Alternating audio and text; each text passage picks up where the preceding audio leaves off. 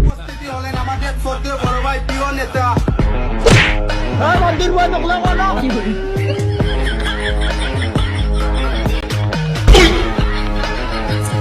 এসেছো সেই তুমি বাড়িয়ে দিতে হাত দিন দুঃখীর বিপদে মামা কি মানুষের সবুজে সকাল এলো তোমার শপথে আজকে খুশির দিনে তোমারই আগমনে ধন্য হলো এ